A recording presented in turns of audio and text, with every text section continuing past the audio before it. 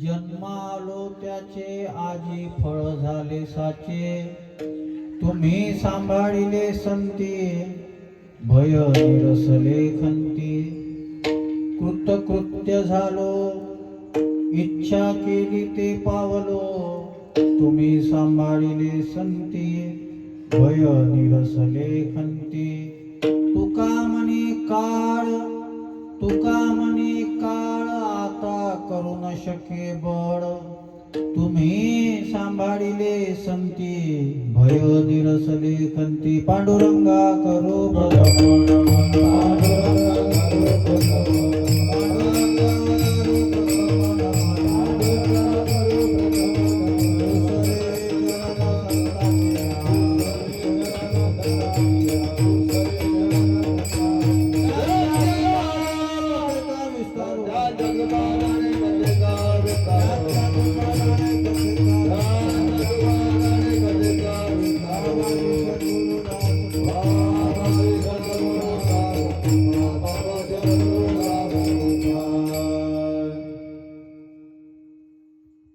वर्णानामर्थ संघानां रसानाम छंदसामपि मंगलानांच कर्तारो वंदे वाणी विनायको.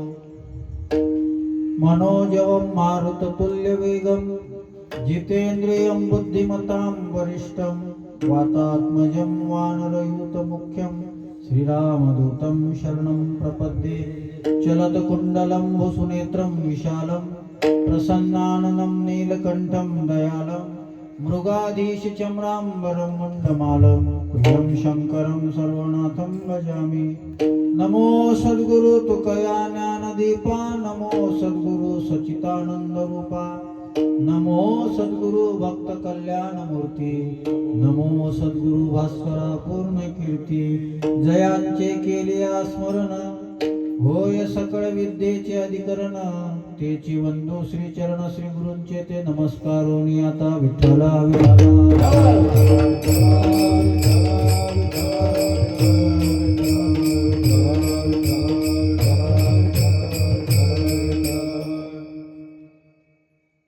जन्मालो त्याचे, जन्मालो त्याचे आजी फळ झाले साचे, तुम्ही सांभाळिले संती भय निरसले खंती. समर्थ सद्गुरु महान तपस्वी भगवत भक्त संत असणारे गजानन महाराजांच्या प्रगट दिनाच्या औचित्यानं आणि आपल्या या धानोरा फरशी या नगरीमध्ये 32व्या वर्षाचा हा कार्यक्रम आणि त्या कार्यक्रमामध्ये आज 5व्या दिवसाचं कीर्तनरूपी वाघपुष्प स्वामी समर्थ गजानन महाराजांच्या चरणी आपल्याला समर्पित करायचा, त्याच्याकरता जमलेला हा योग आहे. आणि आज मला एक नवल वाटत आहे. कोणतं माहित आहे का पप्पू? प्रत्येक गावात कीर्तनाला बाया जास्त असतात. आज तो विक्रम तुम्ही मोडला. यांची संख्या जास्त वाटते ना? अंदाज बरोबर आहे मला. आणि हे हे हे खरंच चांगलं वेगळं आहे बरे. नाही तर बऱ्याच ठिकाणी आमची दुकानं कोणाच्या भरोश्यावर चालून राहिले. कीर्तनाला तरी लोक जरा संध्याकाळी मोकळे असतात म्हणून येतात. कथा तर फक्त कोणाच्या भरोश्यावर आहेत. पण आनंद वाटला त्याही गोष्टीचा की पुरुषांनाही इतकी परमार्थाविषयी आवड आहे. आणि समर्थ सद्गुरू गजानन महाराजांचा प्रगट दिन आहे. मला आज विषय फार चांगल्या पद्धतीने मांडायचा आहे. मी शांत चित्ताने ऐका, तुम्हाला आनंद येईल. परमार्थ आहे कशा करता, संसार कशा करता आहे आणि परमार्थ कशा करता आहे, याच्यातला फरक कळला पाहिजे. काही लोक परमार्थ करतात पण ते संसार करण्याकरताच करतात, हा वेगळा विषय आहे. आमचं जीवन सफल कधी होते, आमच्या जीवनाची कृतार्थता कधी होते, हा विषय फार महत्वाचा आहे. परमार्थ त्याच्यासाठी आहे, परमार्थ त्याच्यासाठी आहे. संसार सगळ्यांचाच आहे. माझ्या बोलण्याचं हसू येऊ देऊ नका. आपल्याच घरी भांडणं होते असं नाही, अंबानीच्या घरी भांडणच झाले, दोघा भावात भांडणच झाले ना. म्हणजे आपल्याच घरी भांडणं आहेत असं नाही, इतका पैसा कमावला तरीही त्यांच्या घरी भांडणं झाले. म्हणजे संसारामध्ये जे आम्ही कमावतो, जे आम्ही मिळवतो, ते आम्हाला सुख देण्याकरता कमी पडते. बरेच लोक श्रीमंत आहेत, कशानं? भौतिक सुविधेनं श्रीमंत आहेत, पण सुखाच्या दृष्टीनं दरिद्री आहे. आणि वारकरी काळजी करत नाही, काही काळजी करत नाही, तो निश्चिंत आहे. आत्ताच आमच्या रूपराव महाराजांनी सांगितलं, म्हणे माझे बाबा 85 वर्षाचे आहे पण निश्चिंत आहे. आणि या वारकऱ्याच्या सुखावर श्रीमंत जळतात. त्यांना वाटते की आमच्या घरी इतका चांगला गालिचा आहे, आमच्या घरी इतकी चांगली गादी आहे, पण आम्हाला झोप येत. आणि हे लेखाचे वारीत जाते, बाबुईच्या झाडाखाली मस्त आरामात झोपते. हे कसं काय मिळते, हा विषय महत्वाचा आहे. आणि सध्याचा काळ तर इतका विचित्र आहे संजीव भाऊ, सध्याचा काळ देखाव्याचा आहे, सध्याचा काळ देखावाचा आहे. आमचं घर किती मोठं आहे याला महत्व नाही, त्या घरामध्ये आम्हाला प्रेम किती मिळते याला महत्व आहे. घर किती मोठं आहे काही विशेष महत्वाची वस्तू नाही आहे, पण त्या घरामध्ये प्रेम किती आहे.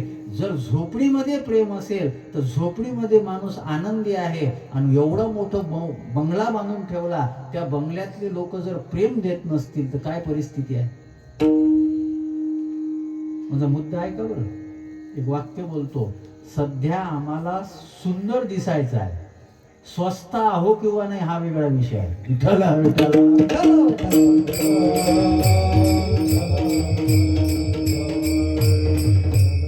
आणि आम्ही दिसण्यावर भाळतो. आजचं पूर्ण जे मार्केट आहे ना, हे दिसण्यावर अवलंबून आहे. पूर्ण मार्केट बघा, पूर्ण मार्केटिंग. आणि आपल्याला इतकी बुद्धी नसते, आपण जो विकून राहिला ना, तो ज्याचा प्रचार करतो तेच घेतो. आपण समोरचा व्यक्ती जो विकून राहिला, आता मला सांगा, जो व्यापारी असतो तो कोणती वस्तू विकतो? ज्याची एक्सपायरी डेट जवळ आलेली, ज्याची एक्सपायरी डेट जवळ आलेली आहे तो तोच वस्तू विकतो. मी हॉटेलचा धंदा केला, यांना माहित आहे. हिम्मतरावजी यायचे आमच्या गावाला तेव्हा कार्यक्रमाला, आमचे आजोबा आणायचे, मग हॉटेलचा धंदा होता आमचावाला.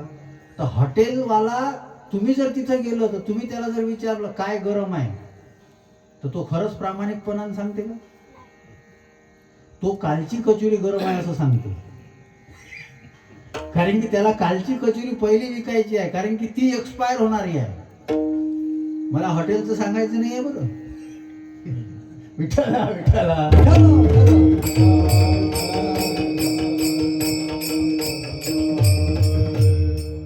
आपला हा भाग मुरलेला पारमार्थिकाचा भाग आहे. या चष्म्यातून पाहून मी कीर्तन करून राहिलो बरं. म्हणून म्हटलं तुम्हाला पहिलेच एक वाक्य सांगितलं की थोडं काळजीपूर्वक ऐका, तुमचा फायदा होईल. आजकाल कीर्तनाला फायदा होऊन राहिला की नाही याच्यावर मला डाऊट आहे. कारण की मी मगाच सांगितलं, देखावा वाढलेला आहे. परमार्थामध्ये सुद्धा देखावा वाढलेला आहे. तुकोबारायांना म्हणावं लागलं, काय म्हणावं लागलं? दंभे करू भक्ती सोंगला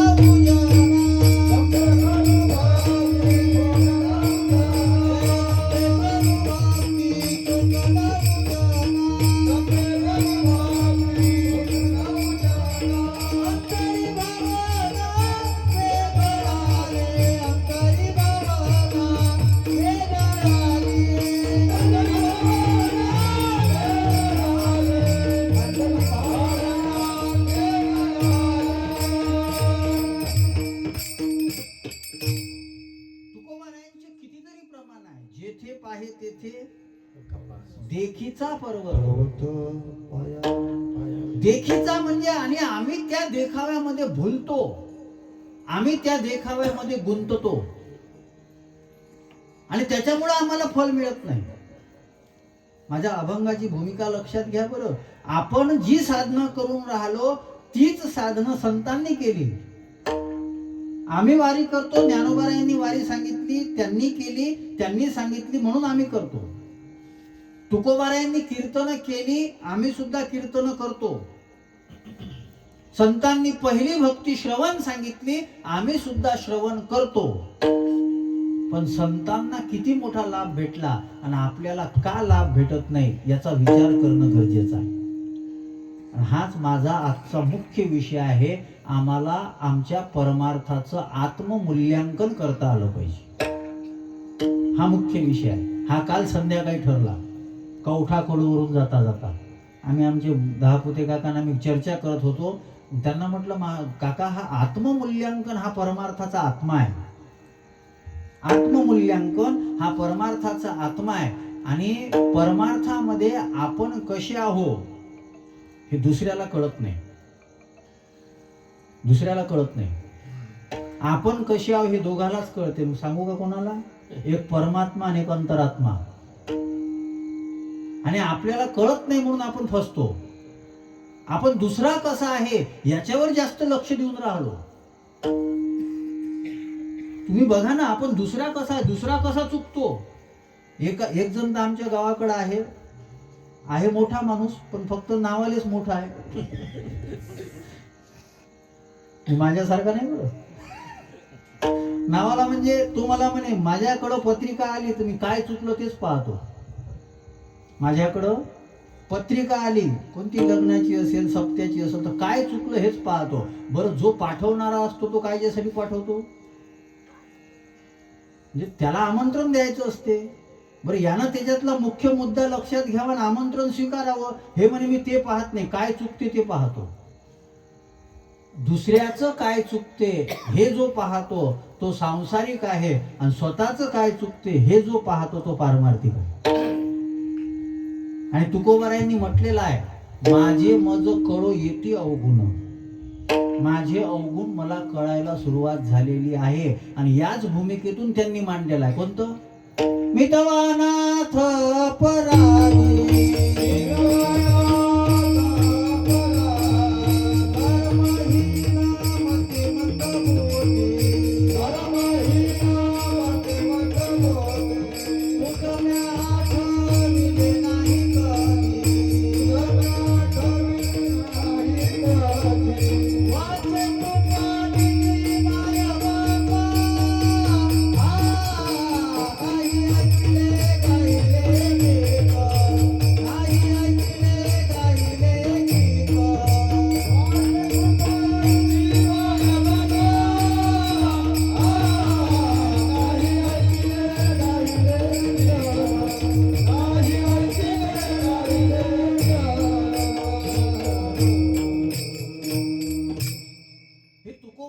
परिस्थिती नाही आहे. पण तुकोबाराय नाटाच्या प्रत्येक अभंगाच्या माध्यमातून आपल्याला शिकवतात की बाबा स्वतःमध्ये काय दोष आहे ते गुंता. आणि माझं एक वाक्य काळजावर कोरून ठेवा, स्वतःतल्या उणीवा टोचायला प्रारंभ झाल्या तरच माणूस मोठा होतो. तरुण पोरं कीर्तनाला आहे आणि या तरुण पोराला कीर्तनात काय आवडते हे मला माहित आहे. पण या नादामध्ये ते हुशार नाही होऊन राहिले. आजच्या कीर्तनानं ही पोरं हुशार होत नाही, या पोरांना दिशा मिळत नाही. या आजच्या कीर्तनानं ही पोरं फक्त प्रभावित होतात. ही पोरं प्रभावित होतात आणि प्रभावित होऊन काहीच होत नाही. मी अजून एक वाक्य बोलतो, कोणतंही क्षेत्र असो, आपल्या कमजोरपणाचा फायदा घेऊन त्याचा धंदा केला जातो हे तुमच्या लक्षात येत नाही. आपल्या कमकुवतपणाचा, आपल्या अज्ञानाचा उद्योग केला जातो आणि बाकीचे लोक श्रीमंत होतात हे आपल्या लक्षात येत नाही. आणि कोणत्याच वारकरी संतांनी आपल्या श्रद्धेचा धंदा केला नाही. आपल्या श्रद्धेचा धंदा केला नाही आहे. मला कोणत्याच वारकरी संतांची प्रमाणं अशी आढळलीच नाही की ज्यांनी तुम्हाला कर्मकांडामध्ये फसवलेलं आहे. मला आढळत नाही. मग हे फसवतात कोण? हे करू नये असं माझं मत नाही बरं. माझं योग्य पद्धतीनं ऐकाल तर लक्षात येईल. म्हणून मी म्हणतो की अतिशय अवधान ऐकले तरी सर्व सुखाशी पात्र होईल, ही ओवी लक्षात ठेवा. लोक काय म्हणतात, आज मी गावातून येत असताना एक जण माझ्याकडे, 2 जण आले. मला म्हणे, महाराजजी गाव में ज्योतिषी कहा है. बरं, त्याची बॅग फाटलेली होती. ते 2 जण जे होते त्याची बॅग फाटलेली होती आणि ते म्हणते गावात ज्योतिषी कुठं आहे. आता मला सांगा, शनीले काही चॉईस नाही का?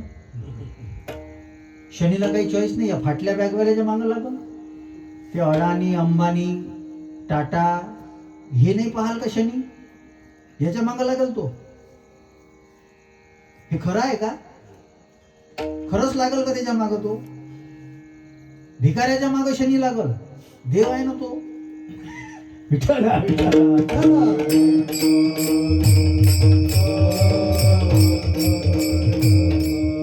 आणि मग मला जर त्याचा उद्योग करायचा असता तर मी त्याला म्हटलं असतं, आता मी काय महाराज दिसत नाही का? मी म्हणतो, चल माझ्यासोबत चल, मी तुला सांगतो काय करायचं. त्याच्याकडून 200,000 काहीतरी जे मला काढता आले असते ते काढले असते. त्याला काय समजते हो काही सांगितलं तू? काय समजते सांगा ना? काही समजत नाही. डॉक्टरनं काय लिहिलं हे तुम्हाला समजते का? ते मेडिकल वाल्याला आपल्याला त्यालाच समजते. मेडिकल वाल्याला त्याला आपल्याला कळत नाही ते.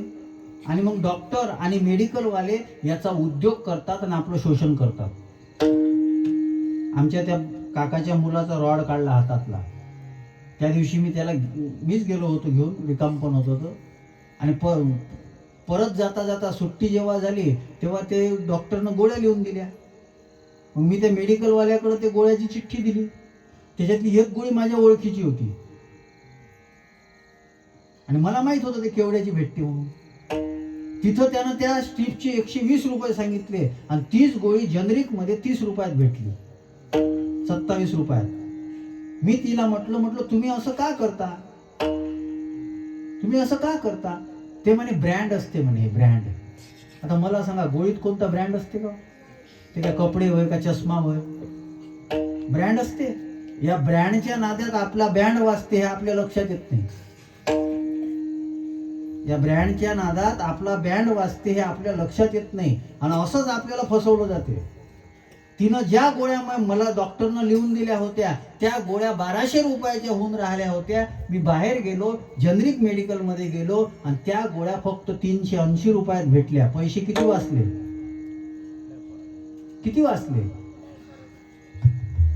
आणि हे आमच्या कळत नाही. कोणीतरी सांगते ब्रँड असते. मला सांगा, गोळ्यात कोणता ब्रँड असते? त्याचे ब्रँड असते काही गोळ्यात? त्याच्यामध्ये जे कंटेन आहे ते कंटेन प्रत्येक कंपनी वापरते, तेच कंटेन वापरते. फक्त एक करू शकते, पॅकिंग जी आहे ती आकर्षक करता येईल.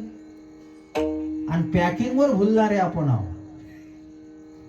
पॅकिंगवर भुलणारे आपण आहोत. मला कधी कधी फार मी का नाही हे शिकत असतो याच्यातून. आता माझा नंबर वाढला तर मी चष्मा बनवला. त्यानं पप्पू माझा चष्मा केला 10,000चा. फ्रेम आणि काच, ते आता ते काचच तशा पद्धतीचे होते 10,000चा. आता एखादा म्हणून तुम्हाला काय 10,000चा पाहिजे, अशी लोक खूप आहेत ना.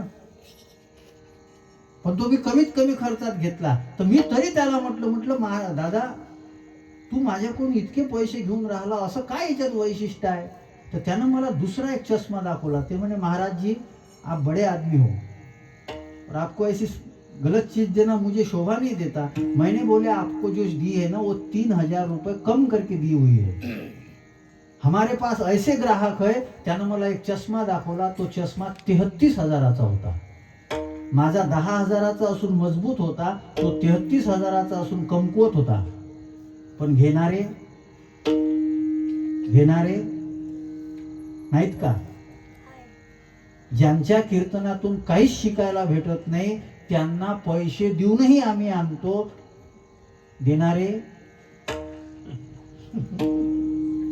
देणारे नाहीत का? इथंच एक जवळपास गाव आहे. एका कीर्तनकारानं 2 वेळा चोट मारली तरी ते एवढे ईर्षेला पेटले का त्याला आणल्याशिवाय राहणार नाही, जास्त देऊन आणले. काय भेटलं? काही भेटलं नाही. फक्त या पोरानं ते प्रसिद्ध आहेत म्हणून त्याच्यासोबत फोटो काढले. मोठ्या माणसासोबत फोटो काढून आपण मोठं नाही होत. मोठ्या माणसाचे मोठे विचार आपल्याला घ्यावं लागेल, तेव्हा आपण मोठे होतो. विठ्ठला विठ्ठला.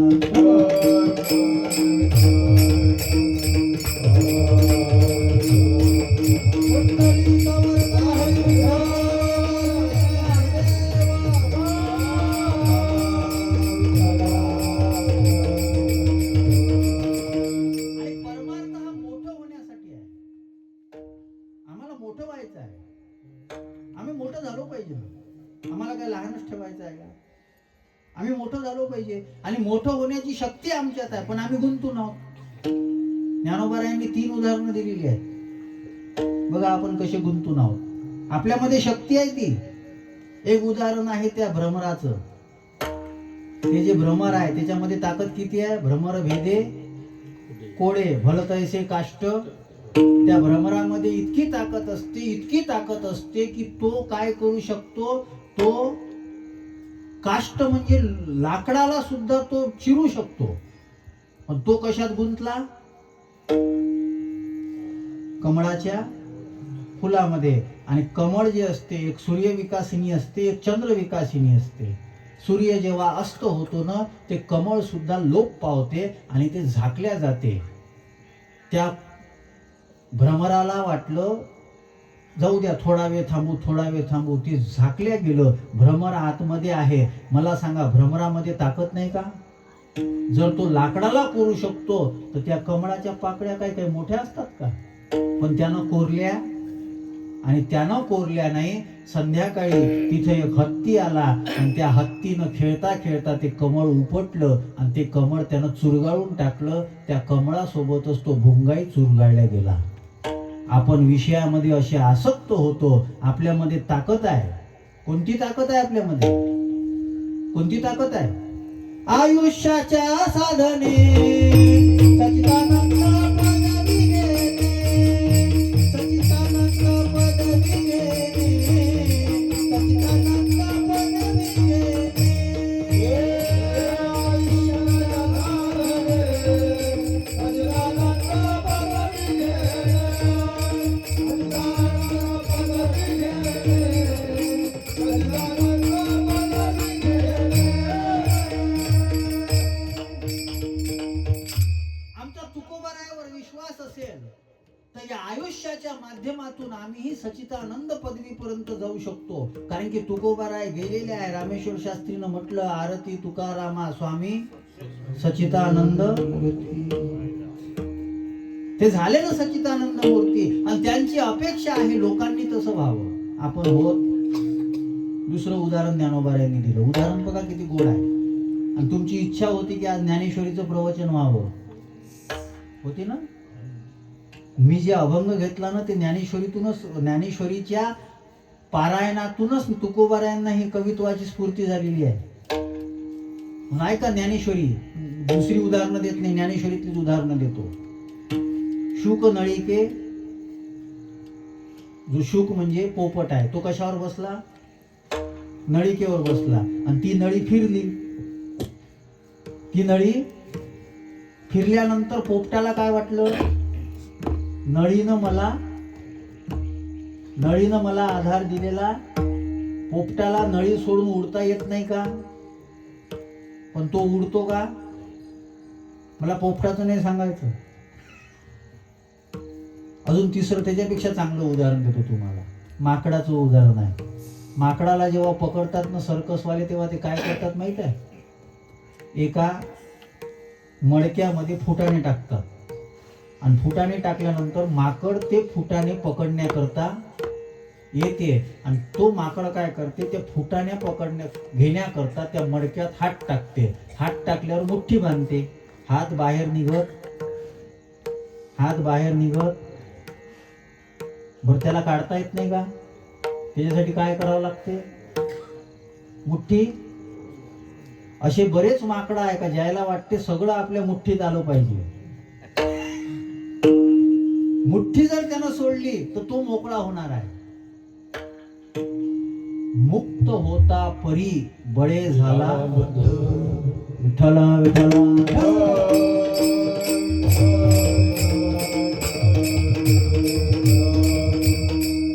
मी काही ज्ञानेश्वरी गाथ्याच्या व्यतिरिक्त सांगत नाहीये तुम्हाला. एक कीर्तनकाराचं जर खरंच कीर्तन ऐकायचं असेल, खरंच त्या कीर्तनाचे फायदा आपल्याला घ्यायचा असेल, 19 वर्षाचा अनुभव मला टाकावा लागेल त्याच्यात, जर खरं कीर्तन करायचं असेल तर. हा, तुमचं मनोरंजन करायचं असेल तर त्याला काही लागत नाही विशेष.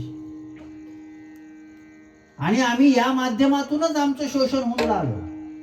मनोरंजनाच्या माध्यमातून, काहीतरी देखाव्याच्या माध्यमातून आमचं शोषण होऊन राहिलं. आम्ही आमचं आत्ममूल्यांकन करत नाही. मी जर कीर्तनकार आहे तर कीर्तनकार म्हणून मी माझं आत्ममूल्यांकन केलं पाहिजे. 19 वर्षापासून जर मी कीर्तन करून राहिलो तर त्या कीर्तनाच्या माध्यमातून माझ्या अंतःकरणामध्ये बदल काय झाले, काय झाले? तुम्ही जर गळ्यामध्ये माळ घातली आणि इतरांपेक्षा जर तुम्ही स्वतःला वेगळं समजता तर ते वेगळे पण काय आहे? आम्ही मूल्यांकन करत नाही, आम्ही परमार्थ करतो, पण मूल्यांकन करण्याकरता आम्ही रिकामे नाही. 55 करोड लोकांना गंगेमध्ये स्नान केलं कुंभमेळ्यामध्ये जाऊन. गंगेमध्ये कालचा आकडा 1.5 कोटी लोकांचा होता. त्याच्या पहिल्या दिवशी 53 करोड झाले होते. आता राहिले किती असं? 140 करोड लोकसंख्या आहे. त्याच्यातले मॉमेडियन सोडा,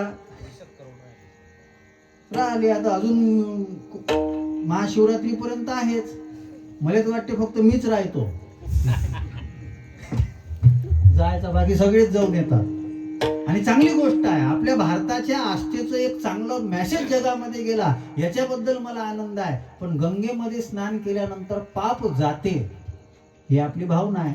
पण तुकोबाराय काय म्हणतात माहित आहे? तुकोबारायांचं मत आहे, तुमचं पाप गेल्याची खून कोणती आहे? पाप गेल्याची ते खून नाही पालटले औना, नाही पालटले औना, नाही पालटले औना. पाप गेल्याची खून नाही पालटले औना, नाही पालटले औना, नाही पालटले औना. पाप गेल्याची काय खून नाही पालटले. तुमचे अवगुण जर पालटले नाही तर पाप गेलं असं म्हणता कसं? कसं म्हणता? आणि परमार्थ इतका सोपा नाही आहे. आजही ज्ञानेश्वरी आम्हाला कळत नाही, कारण त्या ज्ञानेश्वरीतल्या शब्दामागे तपाची ताकद आहे. त्या ज्ञानेश्वरीतल्या शब्दामागे तपाची ताकद आहे. ज्ञानोबारायांना म्हणावं लागलं, मी हे जे बोलून राहिलो ना, हे मी आत्ताच बोलून राहिलो असं समजू नका, याच्या मागे तप आहे. माझे असत्यवादाचे तप, वाचा केले बहुत कल्प, तया फळाची महादीप पातली प्रभू. हे आपण ऐकून राहिलो, पण खरं सांगा ज्ञानेश्वरीतून आम्ही काय शिकलो? जर ज्ञानोबारायांच्या शब्दांना ताकद येण्याकरता सत्यवादाचं तप कामी पडते, आणि आम्ही तर सर्रास खोटे बोलतो. तुम्ही बोलताय ज्या ती नवल नाही, महाराज लोक काय कमी बोलतात? एका महाराजानं इतक्या आज्या मारल्या, ते काही झालं का आजी मेली, काही झालं का आजी मेली. एक जण म्हणे याला आज्या किती आहे, किती आजी आहे याला. मी एकच म्हटलं त्याला, मी म्हटलं ते कोणत्याही बुडीला आजी म्हणते, कोणती तरी एक मेली. मी टिंगल करतो किंवा टीका करतो असं समजू नका बरं. माझं जीवन फार वेगळं आहे. मी कोणाकडं प्रतिस्पर्धा करतो अशातला भाग नाही. याच महिन्यात महाराष्ट्रामधल्या 3 चांगल्या कीर्तनकाराच्या नावानं सोशल मीडियावर खूप बोंब झाली. 3 चांगल्या. कशासाठी? जिथं कीर्तन घेतलं होतं तिथं गेले नाही, दुसरीकडे गेले. दुसरीकडं का गेले? तिथं जास्त त्या पोराले परमार्थ समजून राहिला. विठ्ठला विठ्ठला.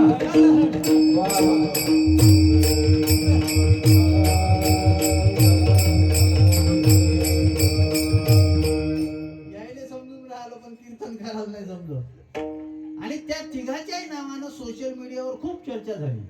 ते जिथं त्यांच्या तारखा घेतल्या होत्या, जिथं त्यांनी तारखा पाडल्या, त्याच्या नावानं खूप गोंधळ झाला. काय फरक पडतोय? काय फरक पडतो? उद्या कोणी तिसरा म्हणते का त्यांना जाऊन, का हो महाराज तुम्ही तिची काऊन पाळली, आणि दुसरीकडे तर तुम्ही कीर्तनाला गेले होते. माझी कथा होती त्या फुपगावला, तिथे ज्यांचं कीर्तन होतं ते दुसऱ्याचं होतं, आणि मग दुसऱ्याला बोलवलं. त्याने किती खोटं बोलावं, मी नाशिकहून येऊन राहिलो, वेळ लागते म्हणे. आता आमच्यात लपते का? ते नेरमध्येच कीर्तन करून राहिले होते, आणि नाव कुठचं सांगितलं? माझी या सत्यवादाचे तप वाचा केले बहुत कल्प. ज्ञानेश्वरी सांगता कशी येईल हो? ज्या ज्ञानेश्वरीला लिहिण्याकरता, ज्या ज्ञानेश्वरीचे शब्द जमा करण्याकरता ज्ञानोबारायासारख्याला एका जन्माची नाही, वाचा केले बहुत तया फळाची महादीप पातळी प्रभू. म्हणून 750 वर्ष झाले ज्ञानेश्वरीच्या तोडीचा ग्रंथ निर्माण झाला नाही. आणि आमच्या शब्दाला तर काही वजनच नाही ना. आमच्या शब्दाची लायकी काय आहे? काय आहे सांगा ना. काहीच नाही. आणि आम्ही ऐकण्याकरता मोकळ्या उदार आहोत. आम्ही उदार आहोत ऐकण्याकरता. आम्ही त्यांच्या मुखातून ज्ञानेश्वरी आणि गाथा ऐकून राहिलो. जे खोटं बोलल्याशिवाय काहीच करत कसा परमार्थ सफल होईना. आम्हाला डॉक्टर चांगला पाहिजे, आम्हाला वकील चांगला पाहिजे, आम्हाला घर बांधायला इंजिनियर चांगला पाहिजे, पण ज्याच्याकडं पाहून परमार्थ शिकायचा आहे तो महाराज मात्र कसा आहे याच्याकडं लक्ष. मी कोणावर टीका करतोय किंवा मीच फार चांगला असं म्हणत नाही मी. माझा मुद्दा वेगळा आहे. आणि जेव्हा आपल्या हे लक्षात येते की त्यांना आपली फसगत केली, वेळ निघून गेलेली असते आणि तो जेलमध्ये असते. वेळ निघून गेलेली असते, तो जेलमध्ये असते. आपली वेळ वाया गेली. आणि वाया गेलेली वेळ जी आहे ना ती परत मिळवता येत नाही. वाया गेलेली वेळ जी आहे ना ती परत मिळवता येत नाही. म्हणून तुकोबारायानं सांगितलं, मधुरा वाणीच्या नका पडो बळी. जे चांगलं बोलते त्याचा अर्थ तो संतच झाला असं समजू नका. हे तुकोबारायांनी 450 वर्षापहिले सांगितलं. विठ्ठला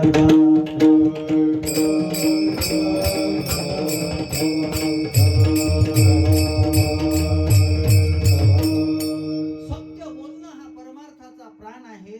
आम्ही खरं बोलतो का? मी मुद्दामून आमचं सांगितलं. तुम्ही म्हणसाल महाराज आमचं सगळं सांगतात, मग आमची तरी काय परिस्थिती आहे? आणि मी आत्ताच सांगितलं, वेळ जी आहे ना ती वेळ जी आहे ना ते माणसाचं आयुष्य व्यवस्थित ठेवत नसते. मग नंतर एखाद्या, आम्ही आता मग येत होतो, एकानं लग्न केलं हे चुकीचं नाही, पण चुकीच्या वेळेस केलं. लग्न केलं हे चुकीचं नाही, पण चुकीच्या वेळेस केलं. फायदा काय झालं? तो साधू होता आणि त्यानं लग्न केलं. लग्न केल्यानंतर काय झालं? ते बायको काही त्याच्यापाशी राहिली नाही. आणि हे जिथं साधू होता त्याने काढून दिलं. तेलही गेलं, तूपही गेलं, हाती काय आलं? म्हणजे काय देव ना संसार. देवही व्यवस्थित नाही आणि संसारही व्यवस्थित नाही. आमच्या हेच लक्षात येत नाही. देव ना संसार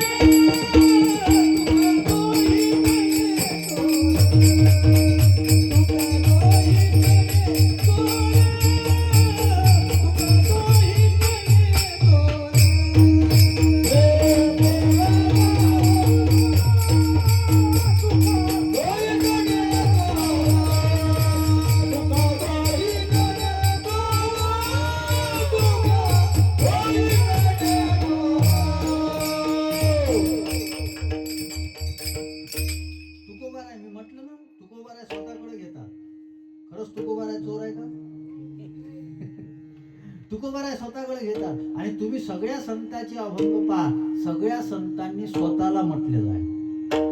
हे एखादाच अभंग आहे, सकाळच्या पाया माझे, हे एखादा सामान्य अभंग आहे. पण जो उपदेश करत असताना तो उपदेश जो केलेला आहे, एक तो स्वतःच्या मनाला केला आहे किंवा आमच्यासारखे जे आहेत ते त्यांना केलेला आहे. सगळ्यांना केलेला नाही आहे, सगळ्यांना नाही केलेला आहे. आणि आता महत्वाचा मुद्दा आहे का, तुकोबारायांनी पारमार्थिक जीवन जगले आणि जगल्यानंतर त्यांना त्या पारमार्थिक जीवनाविषयी अनुभवही आलेले आहेत. तुकोबारायांचा अनुभव काय माहित आहे?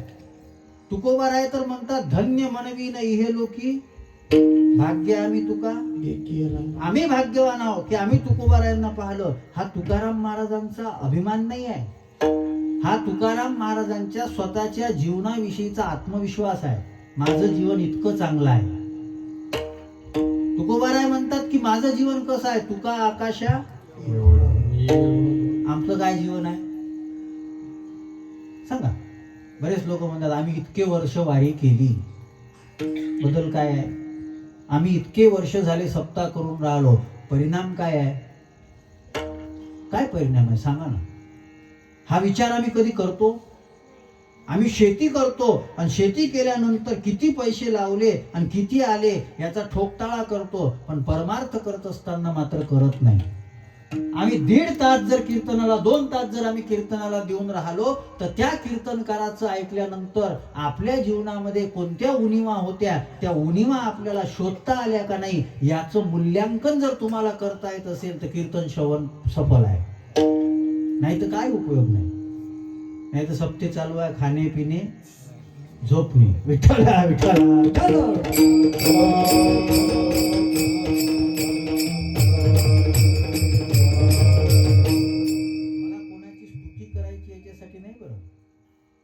त्या दिवशी आमच्या आदरणीय वारकरी संप्रदायातील एक ज्ञानेश्वरीचं फार मोठं व्यक्तिमत्व आहे आदरणीय नामदेव महाराज शास्त्री. त्यांच्यासोबत येत असताना त्यांनी मला एक शब्द वापरला, म्हणे विशाल, मी रोज जर ज्ञानेश्वरीला कमीत कमी 4 तास जर देऊ शकलो नाही, मी रोज जर ज्ञानेश्वरीला कमीत कमी 4 तास जर देऊ शकलो नाही तर मला तो दिवस वाया गेल्यासारखा वाटते. 67 वर्षाच्या वयाच्या वेळेस आज ज्या माणसाचं ज्ञानेश्वरी सांगण्याकरता लोक वाट पाहतात, तो जर म्हणते की आजही मला जर 4 तास ज्ञानेश्वरीसाठी दिले नाही तर मला दिवस वाया गेल्यासारखा वाटतो. आम्हाला कथा कीर्तनामध्ये ज्ञानेश्वरी आणि गाथेच्या ओव्या आणि अभंग येतात की नाही याचाही विसर पडलेला आहे. आणि त्या महाराष्ट्रात आम्ही राहतो. हे सगळं चुकून काऊन राहिलं? कारण की आम्ही बाह्य प्रदर्शनामध्ये, मी मगा जो मुद्दा मांडला, I again repeat this my point, मी मगा जो मुद्दा मांडला त्याच्याकडे नीट लक्ष द्या. आपल्या श्रद्धेचा व्यापार करतात आणि बुद्धिमान लोक त्याच्यावर जगतात. तुमच्या भरोशावर लय लोकांना घर नाही बांधले पण मठ बांधले. विठ्ठला विठ्ठला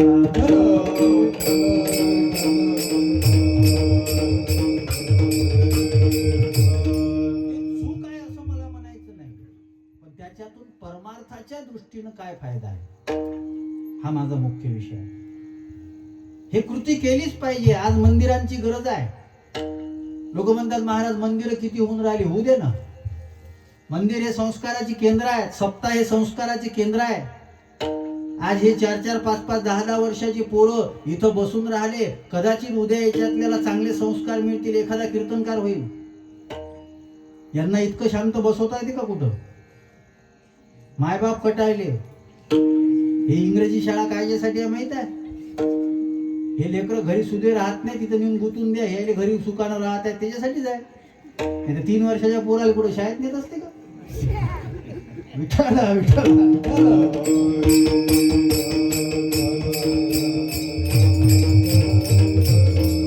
विचित्र काळामध्ये आपण जगून राहिलो. शहरामध्ये पाळणा घर निघाली.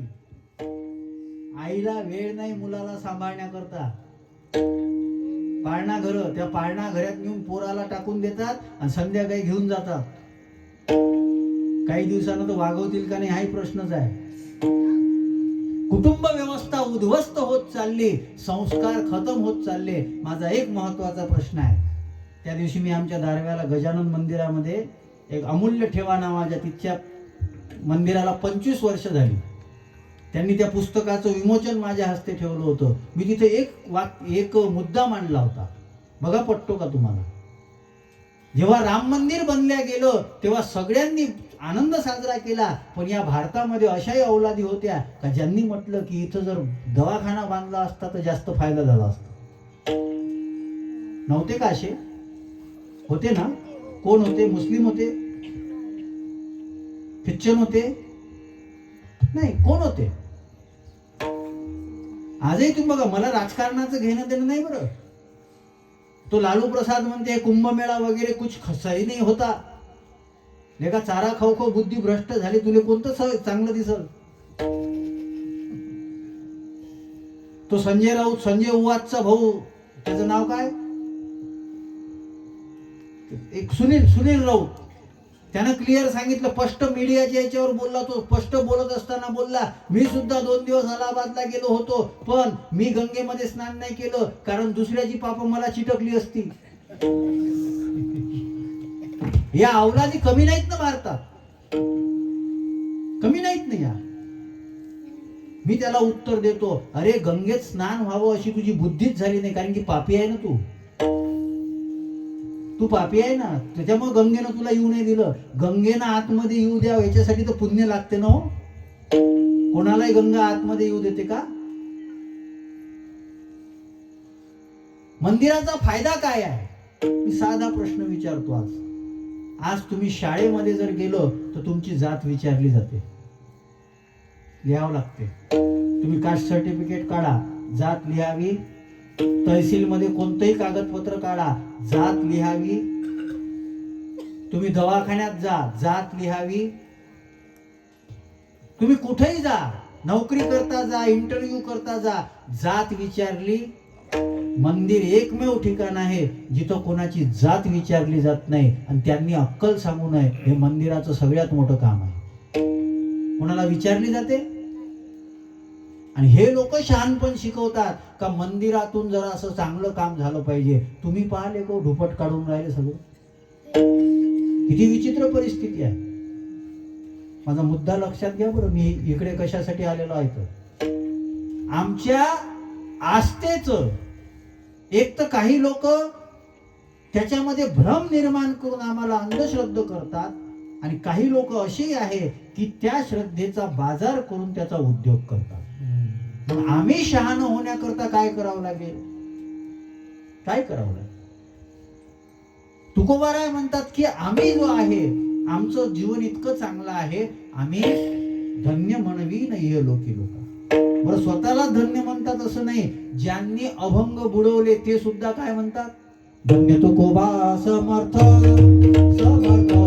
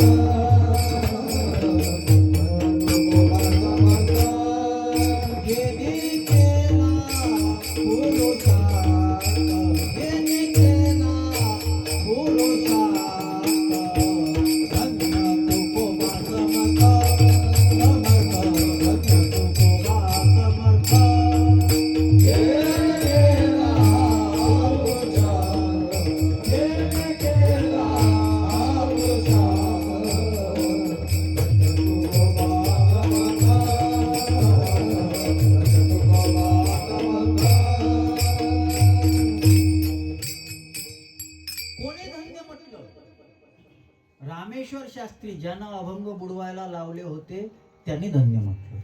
याच्यामध्ये मोठेपण आहे.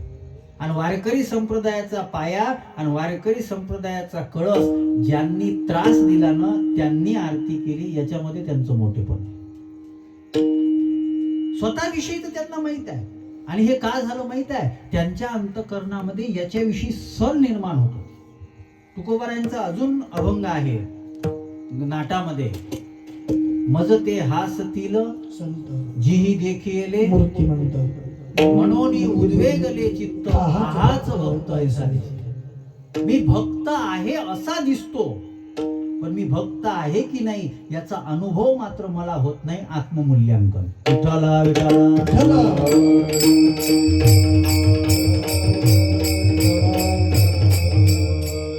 मला एक गोष्ट, सोपी गोष्ट विचार, मी फार सोपं सांगून राहिलो बरं, मलाच येत नाही कठीण काही. फार सोपं आहे. मला सांगा, भक्ती कोणाची आहे? देवाची, संताची, त्यांच्यासाठी आहे ना. मग त्यांनी स्वीकार केला पाहिजे का लोकांनी केला पाहिजे? आणि आम्ही कोण स्वीकार करायची वाट पाहतो? कीर्तन जर खरंच देवासाठी असते तर ते देवाला आवडते असे झाले असते, संतांनी सांगितले असे झाले असते, की लोकांना आवडते असे झाले असते. मला एक जण म्हणे, महाराज बारीक मुद्दा आहे बरं बघतो, कीर्तन चांगलं झालं, कीर्तन आवडणं हा विषय वेगळा आहे, कीर्तन समजणं हा विषय वेगळा आहे. कीर्तन आवडण्यानं काही विशेष फायदा होत, कीर्तन समजण्यानं विशेष फायदा होतो. परमार्थ आवडण्यानं, आणि माझा एक थोडासा एवढ्या वर्षाचा अनुभव झाला, वारकरी संप्रदाय नियमाला जास्त महत्व देतो, प्रेमाला कमी देतो. असं नाही आहे. हे वारकरी जे स्वतःला म्हणून घेतात, पण ज्यांना खरंच गाथा ज्ञानेश्वरी समजले नाही ना, ते नियमाला महत्व देतात, प्रेमाला. पण संत प्रेमाला महत्व देतात, नियमाला तितकं महत्व देत नाही. हरिपाठ आम्ही नियमानं करतो म्हणून हरिपाठाचा अर्थ अजूनही कळला. नियमानं करतो, प्रेमानं करतो की नाही हा प्रश्न आहे. ज्ञानेश्वरीचं पारायण आम्ही नियमानं करतो, पूज्यता आहे. पण एकदा पारायण झाल्यानंतर ज्ञानेश्वरी गुंडाळून ठेवली तर ती पुन्हा दुसऱ्या वेळेस पारायणाच्या वेळेसच काढली जाते. उपयोग होत नाही, उपयोग होत नाही. मला आजच एक पोरगा आमच्या गावातला किशोर आपला म्हणजे, महाराज तुमच्या एवढं लक्षात कसं काय राहते? म्हणजे मी पारायण कमी करतो पण अभ्यास जास्त करतो. मी त्याला वेगळं वाक्य म्हटलं होतं, मी ज्ञानेश्वरीचं पारायण नियमानं कमी करत असेल पण ज्ञानेश्वरीवर प्रेम मात्र जीवनापेक्षा जास्त करतो. गाथेवर नियमानं गाथा वाचेल, कधी होईल नाही होईल, पण गाथेवर प्रेम करतो. म्हणूनच गाथा ज्ञानेश्वरीच्या आधाराशिवाय बोलणं येऊ नये याच्याकरता प्रयत्न करतो. तुम्ही शांत चित्ताने ऐकता म्हणून मला आनंद येऊन राहिला. अशी एकाग्रता पाहिजे. अशी एकाग्रता असली ना तो परमार्थ कळतो. विठ्ठल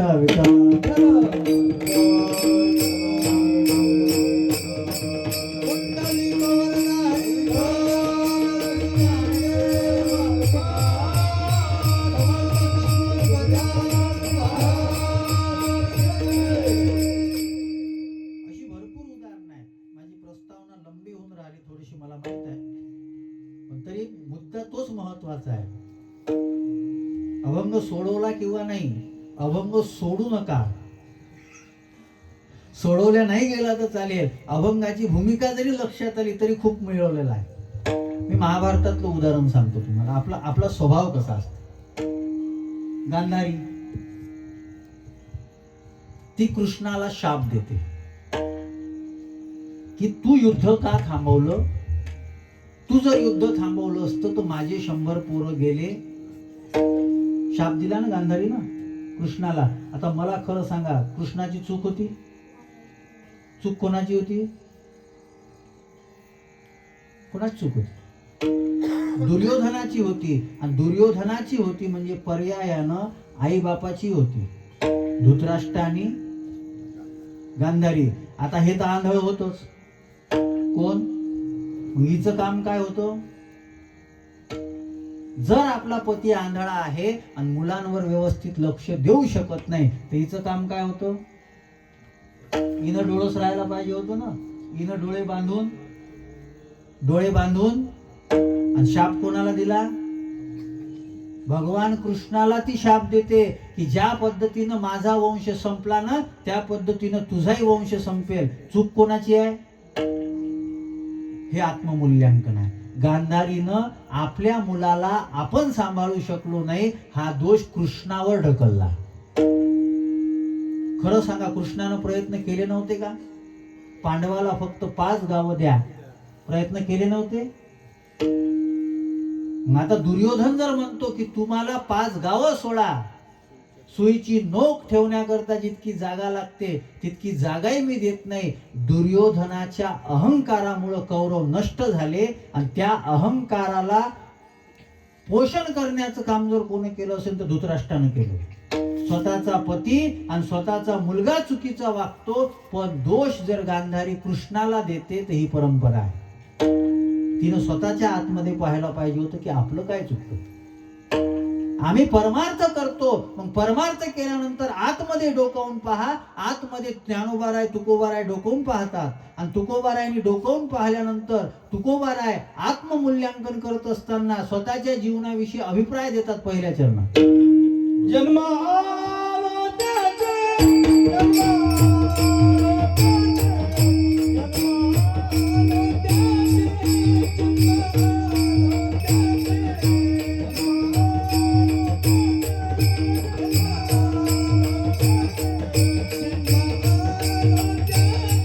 जन्म आलो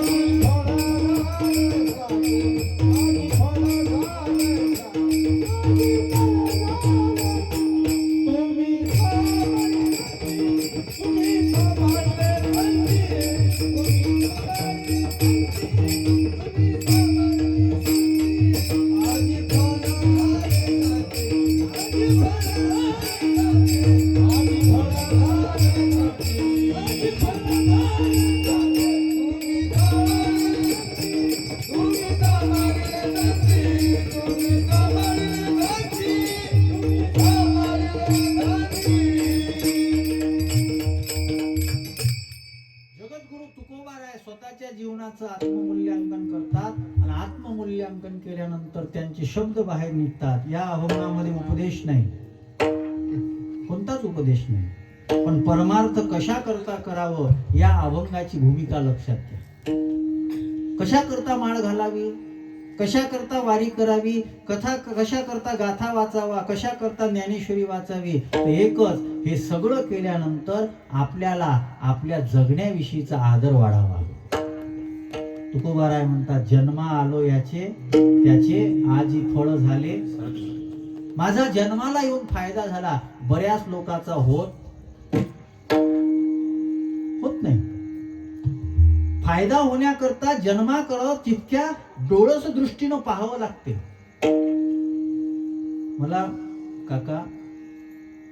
मला एका वेळेस हे जे व्यापार करणारे लोक आहेत ना, ते पटतात. ते आराधना करतात. कोणती? सकाळी 7 वाजतापासून 8 वाजतापासून धंद्यावर बसतात, त्यांच्या उद्योगावर. तप आहे एक प्रकारचं. आणि ते केल्यानंतर नाही काही त्यांना तो नाशवान पैसा तो मिळतो, पण काही लोक आणि फुकटाची तर सवय पडली सगळ्याला. सध्या पूर्ण महाराष्ट्रात ज्यानं जमिनीवर अतिक्रमण केलं त्याच्या जमिनी साफ करणं चालू आहे. आम्हाला आमचं पुरत नाही. अहो, आम्ही ग्रामीण भागात जातो, खेड्यापाड्यात, ती गाडी जायला जागा नाही राहिली. रस्ते ठेवायचेच नाही का? ठेवायचेच नाही. हे आमचं जगणं आहे. म्हणजे आमचं जगणं देशाच्या राष्ट्राच्या कामाचं तर नाही, पण देशाच्या राष्ट्राच्या समस्या वाढवणारं जगणं आहे आमचं. आणि तेच तुकोबाराय म्हणते, तुका म्हणे आता उरलो. अरे माझं जीवन तर मी धन्य केलंच, माझं जीवन तर मी चांगलं केलंच, पण आता जे माझं जीवन आहे समोरचं, ते जीवन सुद्धा आता उरलो उपकारापुरता. आम्ही उपकार तो कोणावर करत नाही, पण विठ्ठला विठ्ठला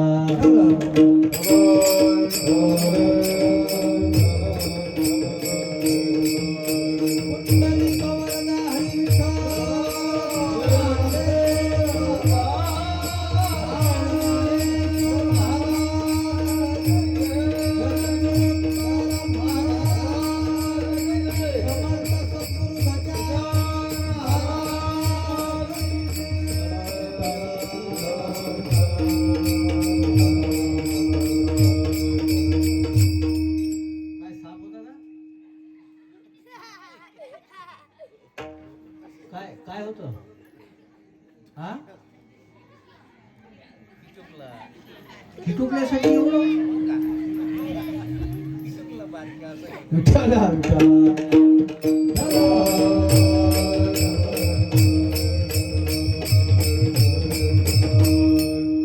जन्म आलो त्याची आजी फळ झाले सारखे. तुकोबाराय म्हणतात, कोणाला म्हणतात? स्वतः पुढंच आत्मपरिहार देतात, स्वतःच आत्ममूल्यांकन करतात. आज आजी म्हणजे या जन्मात माझं सार्थक झालं, कारण आजी फळं झाले साचे, हे फार महत्वाचं आहे. आणि हे आत्ममूल्यांकन करता येत असेल तर परमार्थ करावा, नाही तर उगाच काही संख्या वाढवून ही नाही. मी मगाशी सांगितलं, जर आम्ही कुंभमेळ्याला गेलो, स्नान करून आलो, तर एक घडलं पाहिजे. स्नान करून आल्यानंतर आमच्या जीवनातलं नाही काही तर खानपान तर सुधारलं पाहिजे. खानपान, बाकी काही नाही. खानपान आता जर 56 करोड लोकांनी स्नान केलं आणि एकीकडं आकडा असा सांगतो की भारतामधले 65% हिंदू मांसाहारी झाले, मग स्नान करणारे कोण आहे? मी टीका करतो अशातला भाग नाही बरं. मला एक मुद्दा मांडायचा आहे. मी तुकोबारायांच्या अभंगाला धरून मुद्दा मांडून राहिलो. तुम्ही एकीकडं स्वतःला परमार्थाचं लेबलही लावून घेता, धार्मिकतेचं लेबलही लावून घेता, पण वागता जर राक्षसासारखे, तर तुम्ही कोणते पारमार्थिक आहात? आमच्या अन्नाकरता जर एखाद्या पशुपक्ष्याचा जीव जात असेल, इतकं जर गंगेत स्नान केल्यानंतर जर चांगलं होत नसेल, तर त्या स्नानाचं महत्व काय आहे? ज्ञानोबारायांची ओवी सांगू. तीर्थे बाह्य मळ झाडी, कर्मे अभ्यंतर उजळी, एवं तीर्थ जाण निर्मळे सत्कर्मेची. ज्ञानोबाराय म्हणतात, सत्कर्म हेच खरं तीर्थ आहे. ही ज्ञानेश्वरी आहे. आणि या ज्ञानेश्वरीचा आम्हाला विसर पडला, आणि या ज्ञानेश्वरीच्या ऐवजी दुसरंच काहीतरी किचकट मिचकट ऐकावं वाटते. हे आमचं दुर्भाग्य आहे. कशा करताय परमार्थ? कशा करताय? आणि मला असं झाकून फाकून ठेवायचं नाही आहे काय. आम्ही आमच्या चुकीनं आमच्या जीवनाची हानी करून घेतो. कोणतं तरी रुद्राक्ष घातलं म्हणजे आमचं चांगलं होईल, आणि त्या रुद्राक्षासाठी गर्दी करून 16 लोक मेले.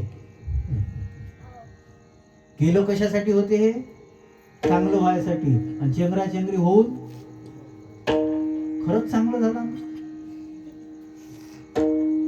आम्ही वारकरी शब्दाचा अर्थ करत असताना मी कदाचित सांगितलं असेल, वारकरी हा वास्तविक असला पाहिजे.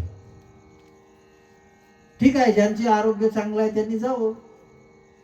ज्यांना बीपी आहे, शुगर आहे, हार्ट अटॅक येऊन गेलेला आहे, बायपास झालेला आहे, थोडंसं चाललं तर दम लागते, आणि मग वरतून गोंजारलं काय जाते, तिथं गेलं मेलं तर मोक्ष भेटते. खरं आहे काय?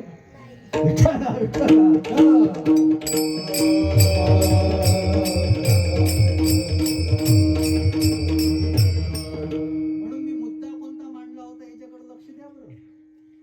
आम्ही 24 घंटे वारीत उभं राहायला तयार आहे, पण 2 घंटे ज्ञानेश्वरी वाचायला तयार.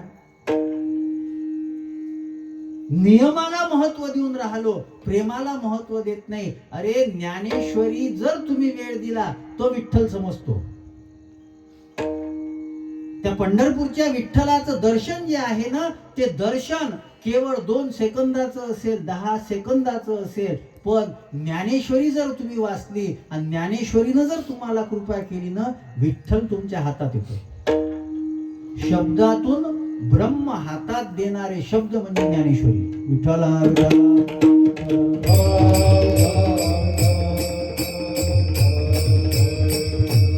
मुद्दामून ज्ञानेश्वरी जास्त सांगितली बरं.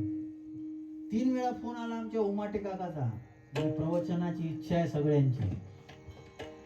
खरंच पाहून आता हे प्रवचन किती पचेल. तर तरी मी सोप्या पद्धतीनं सांगतोय, जीवनासोबत जोडून सांगतोय.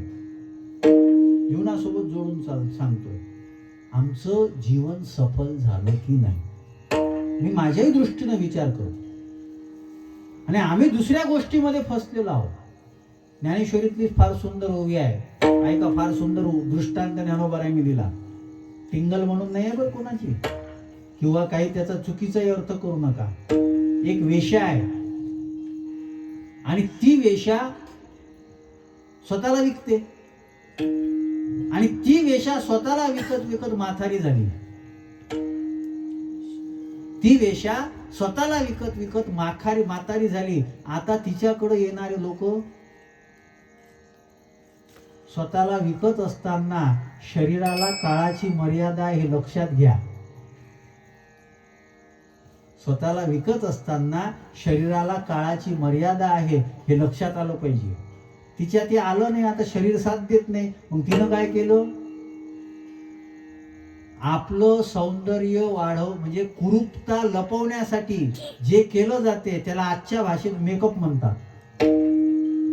आणि फार साधी गोष्ट आहे बरं, आपल्याला बऱ्याच गोष्टी माहित नाही. भारतातले सगळे लोक पावडर लावतात, महाराज लोकही लावू नये. माझं टीका करतो अशात नाही बरं. पावडर कोणी लावलं पाहिजे माहित आहे? ज्या देशामध्ये थंड वातावरण आहे ना त्यांना पावडर लावलं पाहिजे, हे गणित आहे. आपल्या देशात थंड आहे वातावरण, ते छिद्र त्यांचे जे असतात ना ते थंडीमुळे जे ते छिद्र हे झालेले असतात ते व्यवस्थित झाले पाहिजे, त्याच्याकरता पावडर आहे. आपण फॅशन करून टाकली. मी एकाला म्हटलं, म्हाताराच होता आमच्यासोबत, ते पावडर लावून राहिला होता. म्हणजे काऊन लावता हो? नाही म्हणे फ्रेश वाटते. खरं आहे काय? बरं हे जाऊ द्या ना. आता त्याच्यापेक्षा महत्वाचं चहा खरं सांगू तुम्हाला, चहा इंग्रज का पितात? इंग्लंड मधलं वातावरण थंड आहे, त्यांना ऊर्जा भेटली पाहिजे म्हणून गरम पेय. आपल्या इथचं वातावरणच म्हणजे आम्ही धोतर घालूनही हे सहन नाही होत. मला ते जीन्स पॅन्ट वाल्याची कमाल वाटते का ते उन्हाळ्यात राहतात कसे. हे इतकंही सहन नाही होत आणि तरी आम्ही चहा पितो. म्हणजे आम्हाला पहिलेच उष्णता, त्याच्यामध्ये आम्ही उष्ण पिऊन राहिलो, म्हणजे आपण किती हुशार आहोत. साधी खाण्यापिण्याची गोष्ट, लावण्याची गोष्ट, त्याच्यामध्येही आपण बुद्धी लावत नाही, त्याच्यातही आपली बुद्धी लागत नाही. आणि इंग्लंडचे लोक चहा पितात म्हणजे इंग्लंड काहीतरी हुशार असला पाहिजे म्हणून आपणही चहा पिऊन राहिलो, हे आपलं दुर्दैव आहे. जेव्हा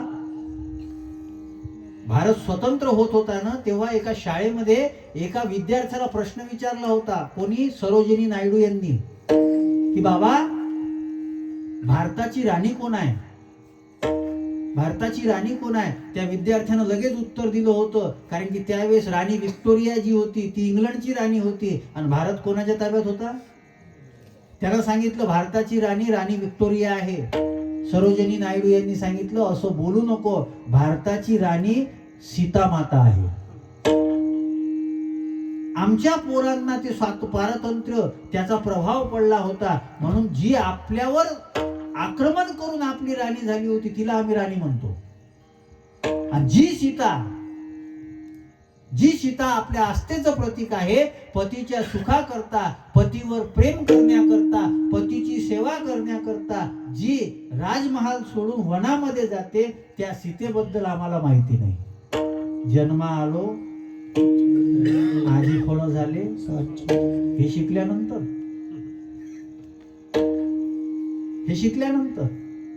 प्रत्येक गावात भागवत होते, पण प्रत्येक शाळेत हेच शिकवलं जाते की माणसाची उत्पत्ती माकडापासून आहे, मनुष्य शतरूपापासून आहे. प्रत्येक भागवतकार सांगतो, कोणाला माहित नाही. या व्यवस्थेला बदलवण्याकरता आम्ही तयार नाही. आणि कथा चालू आहेत, कीर्तन चालू आहेत, आणि त्या कथा कीर्तनामध्ये झाके, नाचणे, गाणे याच्यामध्ये आम्ही गुंग आहो. आम्हाला माहित काहीच पडत नाही, काहीच माहित पडत. पैसे आमचे चालले, या पैशावर मोठे दुसरे होऊन राहिले. जन्मा आलो आजी काय काय काय राजू म्हणतात, विठ्ठला विठ्ठला.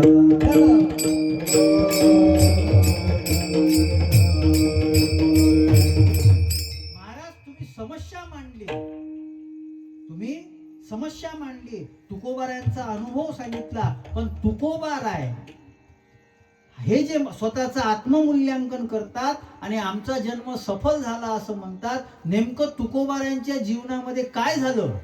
दुसऱ्या चरणात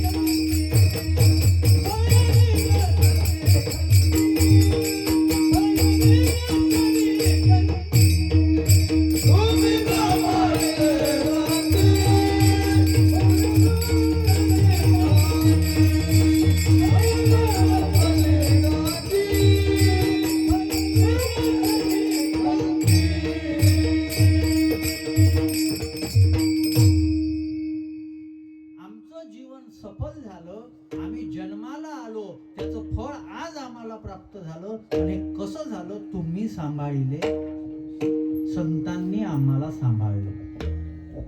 आणि हा फार मोठा विषय आहे. याच्याशिवाय जीवन सफल होत नाही. आज ज्याचं ज्याचं जीवन सफल झालेलं आहे परमार्थाच्या दृष्टीनं, त्यांच्या जीवनामध्ये कोण्यातरी संताचा आधार आहे. सांभाळणं म्हणजे नेमकं काय?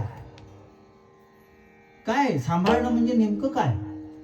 आणि माझा मधाचा मुद्दा थोडासा अर्धवट राहिला होता.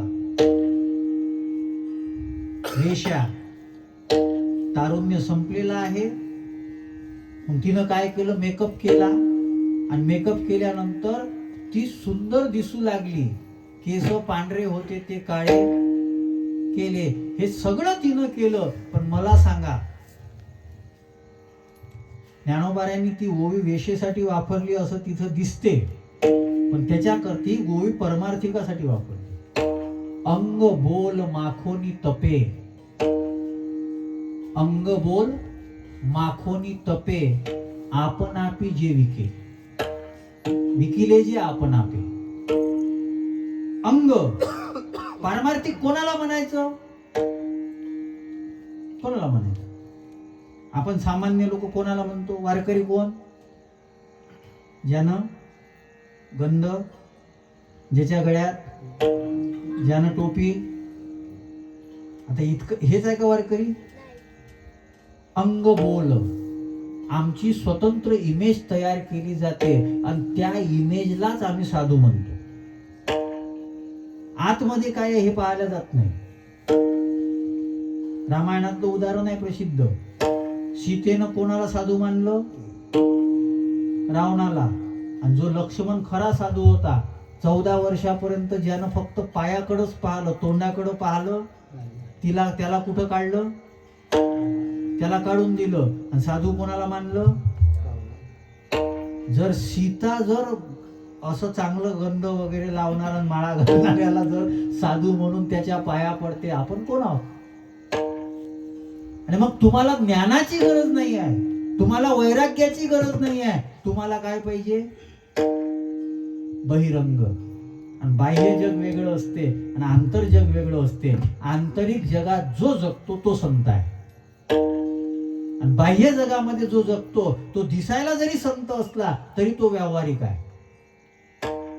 तो दिसायला जरी संत असला तरी व्यावहारिक आहे. अंग बोल माखोनी तपे, अंग त्यानं सजवलेलं आहे, बोल त्यानं सजवलेले आहे. मग ते बोल सजवण्याकरता मग आमचा प्रभाव वाढावा, आम्हाला लोकांनी बोलवावं, याच्याकरता गाथा ज्ञानेश्वरी कमी सांगली जाते आणि लोकांचं मनोरंजन जे झालं पाहिजे ते जास्त सांगितलं जाते. बोल माखोनी तपे, माखणं हा शब्द वापरलेला आहे. आणि आमचं तप आम्ही कशासाठी वापरतो? तप नाही होत काय? मी वयाच्या 21व्या वर्षापासून सगळं सोडून दिलं आणि 19-20 वर्ष झाले गाथा ज्ञानेश्वरीचा अभ्यास करून राहिलो, पण मी हे माझं तप जे आहे ना, हे तप विकून राहिलो. आपण आपे विकिले, आपण आपे विकून राहिलो, उपयोग होत नाही. तारुण्यही गेलं, तपही गेलं, सगळं गेलं. हातात काय आहे? काही आलं नाही. आणि मी मगाच सांगितलं, तारुण्य विकलं जोपर्यंत तो मध असते तोपर्यंत माश्या घोंगावतात. नंतर कोणी हा पोरगा चांगला वाजून राहिला, हा जेव्हा माथारा होईल याला वाजवता येणार नाही, तुम्ही बोलवसान का? पायरे लक्षात घेऊन घे. विठ्ठला विठ्ठला विठ्ठला.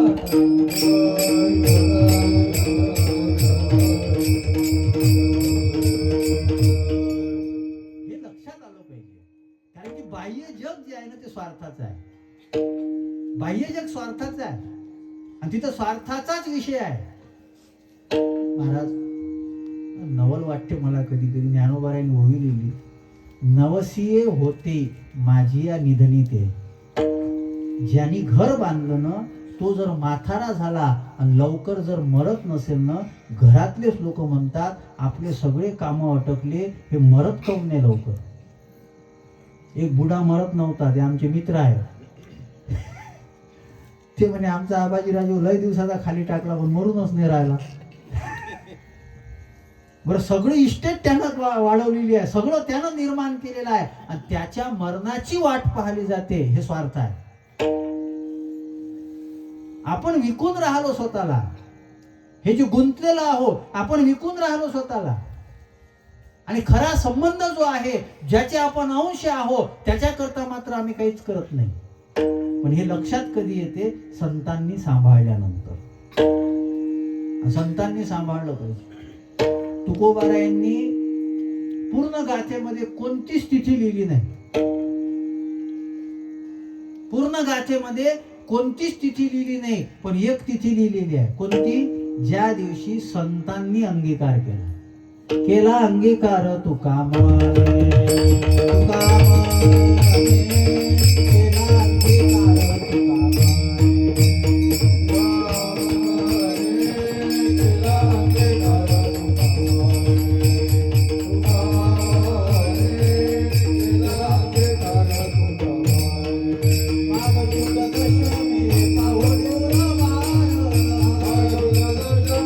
पाहुणे गुरुवार, माग शुद्ध दशमी पाहुणे गुरुवार,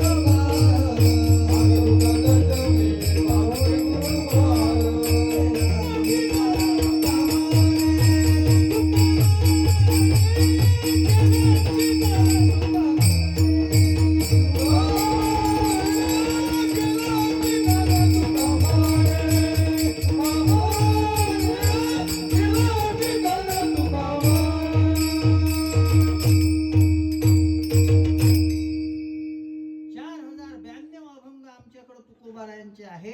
पण मला कुठेच त्यांनी तिथी लिहिलेली दिसली नाही. फक्त एक वेळा तिथी लिहिली, माघ शुद्ध दशमी पाहुणी केला अंगीकार. त्या संतांनी आमचा अंगीकार केला. हा वेगळा शब्द आहे. बरेच लोक म्हणतात महाराज आमच्या जवळचे आहे. पण त्या महाराजांना म्हटलं पाहिजे ना हे आमच्या जवळचं आहे म्हणून. विठ्ठला विठ्ठला.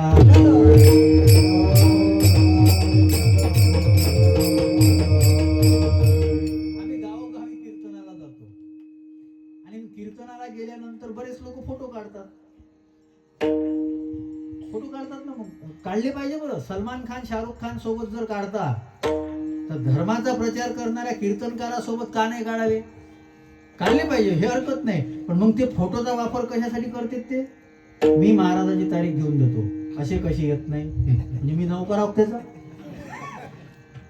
असे कसे येत नाही? मी महाराजाची तारीख घेऊन. अरे फक्त तुला फोटोच काढला ना माझ्यासोबत. मग आता फोटो काढणारे चुकीचे असू शकतात. मग एखाद्या चुकीच्या माणसाचा फोटो जर आमच्या समोर असेल तर आम्ही चुकीचे आहो का? अरे चुकीचा माणूस जवळ आहे म्हणून तर धनंजय मुंडेवर आफत आहे ना. विठ्ठला विठ्ठला विठ्ठला.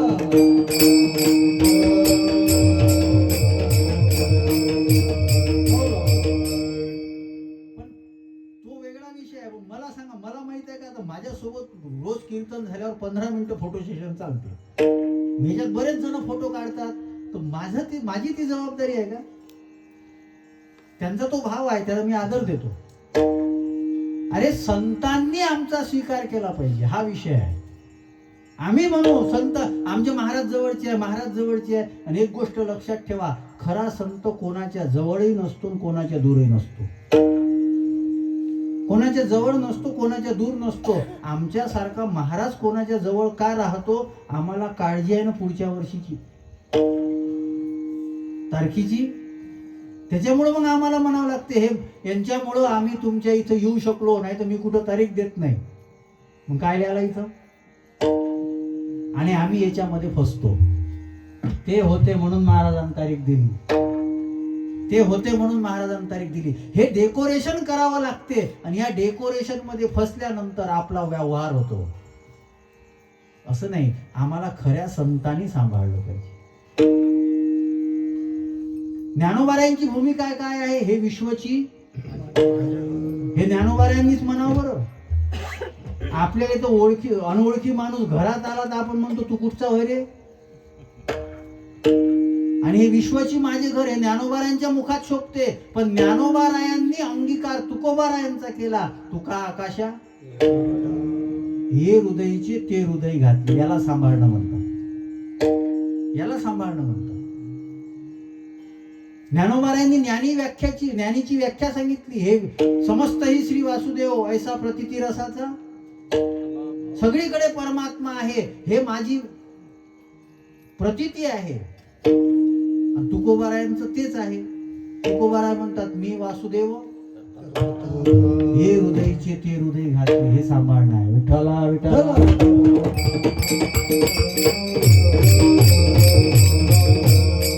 आणि संतांनी सांभाळल्यानंतर काय होते? दोन महत्वाच्या गोष्टी. भय निरसले. हे माणसाचं जीवन आहे. ऐका, हे जीवन आहे. कोणताही माणूस किती मोठा असेल, तो जर माणूस असेल तर त्याला दोनच प्रश्न आहेत. एक, काही नाही मिळालं त्याची खंत आहे आणि भीती आहे. नसलीच कशाची तर मरणाची भीती आहे. नाही कोणाची असली तर मरणाची भीती आहे. आणि खंत आहे असा एकही माणूस नाही का ज्याच्या जीवनामध्ये तो म्हणू शकतो की कुंटलिया धावा. हे तुकोबारायांचं मूल्यांकनच आहे बरं. आता निश्चिंतीने कुंटलिया धावा हे मूल्यांकनच आहे. आपण असं म्हणू शकतो का? एखाद्यानं 10,000चा मोबाईल घेतला आणि आपल्यापाशी 8,000चा असला तर आपल्याला खंत माझ्यापेक्षा 2,000चा जास्त आहे. मग कोणापाशी त्याच्यापाशी 10चा आहे, दुसऱ्यापाशी 15चा आहे, तो म्हणते माझ्यापेक्षा मोठा आहे. मग एखादा म्हणते मग तुम्ही काय काढले बे, महाराज पाशी तर आयफोन आहे. कुठं सुख आहे? खंत आहे हे नाही आहे माझ्याकडं, हे नाही आहे. मुलगा झाला तर खंत कोणती? आजच एक महाराज माझ्या संग बोलले म्हणजे महाराज आमच्या इथं 5 पोरच आहे, पोरगीच नाही. 5 पोरं आहे तरी खंत आहे. मुलगी कोणाकोणाच्या इथं मुली आहे त्याला कोणती खंत आहे? मुलगा नाही. आणि या खंतीमध्येच आपलं जीवन चाललं. कोणताच माणूस तृप्त नाही आहे. आणि अशा अवस्थेमध्ये संत म्हणतात कृतकृत्य झालो इच्छा केली ते खंत राहिली. या अभंगातलाच विषय आहे. खंत राहिली. आणि मग भय कशाचं असते? काळाचं. त्या काळावर तर आम्हीच ताकद दाखवतो शेवटच्या चरणात. तुग मन काळ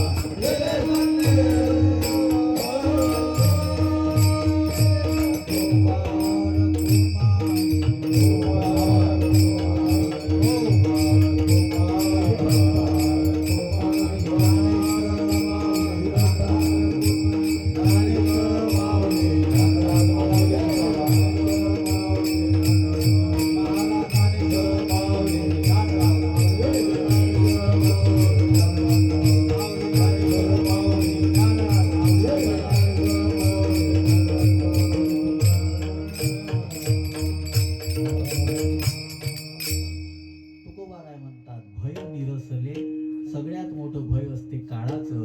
आणि तुका म्हणे काळ आता करू न शके बळ. काळही आमच्यावर बळ दाखवू शकत नाही. काळापेक्षाही आम्ही बलवान आहोत. काळ सलाम गुलाम तुकया घरी नांदत असे. आणि तुकोबाराय आणि ज्ञानोबाराय म्हणजे काय माहित आहे? गाथा आणि ज्ञानेश्वरी. त्या गाथा आणि ज्ञानेश्वरीला काळ जो आहे ना तो दाबू शकला नाही. प्रत्येकाला काळ दाबतो. हे पोरं आहेत, लहान पोरांना काय आवडते? खेळ. पोरगा मोठा झाला, वयामध्ये आला तर त्याला काय आवडते? बायको, लेकरं, संसार हे आवडते. आणि म्हातारा माणूस झाला त्याला काय होते? पश्चाताप. हे सामान्य जीवन आहे. हे सामान्य जीवन आहे. मग लोक म्हणतात महाराज तुम्हीच बरोबर आहे राजू. म्हणजे निर्णय बऱ्याच जणांची परिस्थिती आहे. मी संसाराला नाव ठेवतो किंवा टिंगल करतो असा विषय नाही आहे. ज्याच्या करता आम्ही आयुष्य खपवलं ती मंडळी आम्हाला चांगलं बोलत नाही हे आपल्याला पाहावं लागतं. कारण काळाचा प्रभाव आहे तो. पण संत म्हणतात आमच्यावर काळाचा प्रभाव पडू शकत. म्हणून 750 750 वर्षापूर्वीचं रूप पाहताय आजही कायम आहे. पिक्चरचं गाणं 1-2 वर्षाच्या वर टिकत नाही. रूप पाहताला धक्का लागला नाही. सुंदर ते ध्यानाचं आयुष्य जे आहे ना 450 वर्षाचं आहे. आजही अभंगामध्ये बदल. आजही पांडुरंगाच्या. आणि मला तर पांडुरंगाचा 1 मिनिट घेतो इतका अभिमान वाटतो. भारताची म्हणजे महाराष्ट्राची जी भूमी आहे ना ती विठोबा, ज्ञानोबा, तुकोबा आणि शिवबाची आहे. विठोबा सारखा देव नाही, ज्ञानोबा तुकोबारायासारखे संत नाही आणि शिवबा सारखा राजा झाला नाही. विठोबा देव किती चांगला आहे माहित आहे? तुम्ही लालबागच्या राजाच्या पाया पडायला जा, 2 पाय वाटलेले आहे. एका पायाला VIP दर्शन आहे, तिथं गर्दी, तिथं फोटो काढता येते. आणि एका पायाला जे आहे ना ते सामान्य लोकांचे दर्शन आहे, तिथं ढकलावं लागते. एकमेव देव असा आहे. त्या पंढरपूरला जा आणि त्याच्या पायाला हात लावा आणि डोळे भरून त्या पांडुरंगाला पहा, विठू माझा लेकुरवाळा. एकमेव देव. बालाजीपाशी जा, पहिल्यांदा जो जाते त्याला दिसतच नाही. ते मान घालू घालू पाहिजे कुठं आहे तो, त्याला दिसत नाही. विठू लेकुरवाळा. ज्ञानोबाराय तुकोबाराय सारखे संत नाही. एकही आश्रम बांधला नाही, काही बांधलं नाही. पण पूर्ण महाराष्ट्र आज त्यांच्या भरोशावर जगतो. ते ज्ञानोबा तुकोबाराय सारखे संत आहे. आणि शिवबा सारखा राजा नाही ज्याच्यामुळं आपण सगळे एकत्र येऊन हिंदवी स्वराज्याचा अनुभव घेऊन राहिलो आणि कथा कीर्तनाच्या निमित्तानं एकत्र येता येते. तरुण पोरांना विनंती आहे, छावा नावाचा चित्रपट लागलेला आहे. संभाजी महाराजांनी धर्मासाठी काय केलं. कदाचित पहिला कीर्तनकार असेल का जो म्हणते का पिक्चर पहा. पण पहा त्याच्यातून आपल्याला कळेल. जाऊ द्या तुम्ही नाही कीर्तनाला सगळेजण येऊ शकेल तर धर्माकरता कोणते कष्ट सहन करावे लागले आणि त्या धर्माची आम्ही काय माती करतो. ज्या छत्रपती संभाजी महाराजांनी स्वतःचा जीव दिला, डोळे फोडू दिले, पण धर्म बदलला नाही. आणि त्या महाराष्ट्रामध्ये आम्ही आमच्या धर्माचा अपमान करतो. त्या गणपती दुर्गा देवीच्या पुढं दारू पिऊन नाचतो. आम्हाला लाजा वाटल्या पाहिजे. आम्हाला लाज वाटली पाहिजे. हे वाटत असेल तर महाराष्ट्रात राहण्याचा फायदा आहे, नाही तर काय उपयोग आहे. जन्म आलो, आजी फळं झाले. पण हे कधी होईल? ज्ञानोबाराय तुकोबाराय सारख्या संतांनी सांभाळल्यावर. आणि असेच एक महान संत ज्यांनी वारकरी संप्रदायाची विचारधारा घेऊन त्यांच्या संस्थांचं कार्य आजही चालून राहिलं. समर्थ सद्गुरू गजानन महाराजांच्या प्रगट दिनाच्या औचित्यानं आपण सगळे एकत्रित आलेल्या. सगळ्यांनी एकदा हात वर करा. केले ना सगळ्यांनी? बाबू हे कॅमेरा त्याच्याकडे कर, दिसले पाहिजे ना लोक चांगले होते म्हणून ऐकायला. या वर्षीच सगळ्यात कमी लोकांतलं कीर्तन मला हेच दिसून राहिलं. इकडे घे याला, इकडे घे त्याला, इकडे घे त्याला. करा सगळ्यांनी हात वर करा.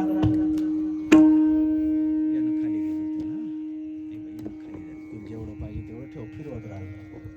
गण गण गणात बोले, गण गण गणात बोले, गण गण गणात बोले, गण गण गणात बोले, गण गण गणात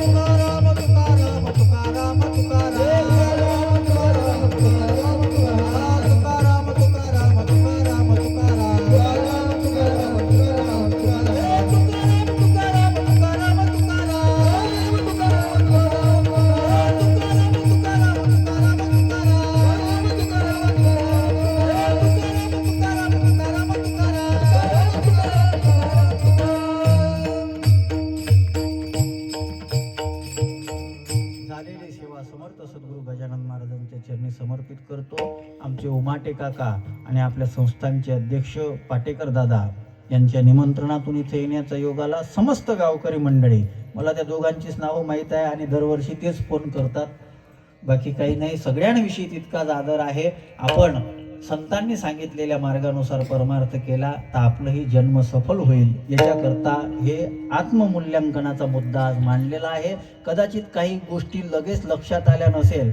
माझा तो एक आहे विषय की माझ्या गोष्टी नंतर लक्षात येतात, उशिरा येतात थोड्याशा, कधी कधी होते तसं. काही मुद्दे थोडेसे क्लिष्ट होतात, पण त्याच्याकरता यूट्यूबला कीर्तनं टाकली जातात.